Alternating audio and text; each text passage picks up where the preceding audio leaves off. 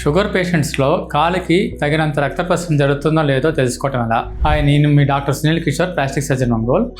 So ఈ blood supply తెలుసుకోవడానికి 3 టెస్టులు ఉంటాయి బేసిక్గా.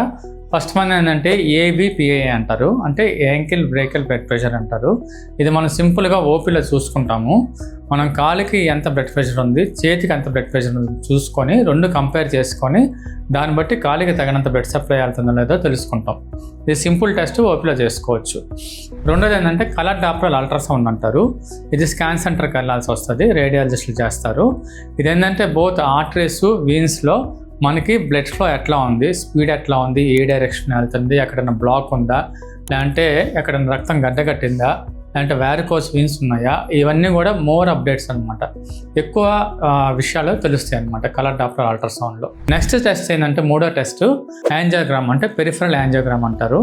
గుండెకి యాంజియోగ్రామ్ ఎట్లా చేస్తారో అట్లాగే కాలుకి కూడా యాంజియోగ్రామ్ చేస్తారు. సో డై ఇంజెక్ట్ చేసి చూస్తారు.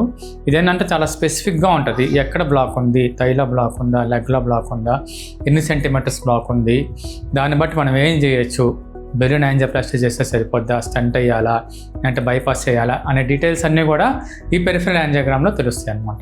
సో నా సజెషన్ ఏంటంటే ప్రతి సంవత్సరం డయాబెటిక్ పేషెంట్స్ అందరూ కూడా ABPA test, colour Doppler test compulsory చేర్చుకోవాలి. దీన్ని బట్టి మనం ఏమైనా ప్రాబ్లమ్స్ ఎర్లీగా ఐడెంటిఫై చేయొచ్చు. ఏదైనా అవసరం అయితే పెరిఫరల్ యాంజియోగ్రామ్ చేర్చుకోవచ్చు. సో ఒక్క దాని గురించి డీటెయిల్స్ నెక్స్ట్ వీడియోలో ఇస్తాను. Thank you.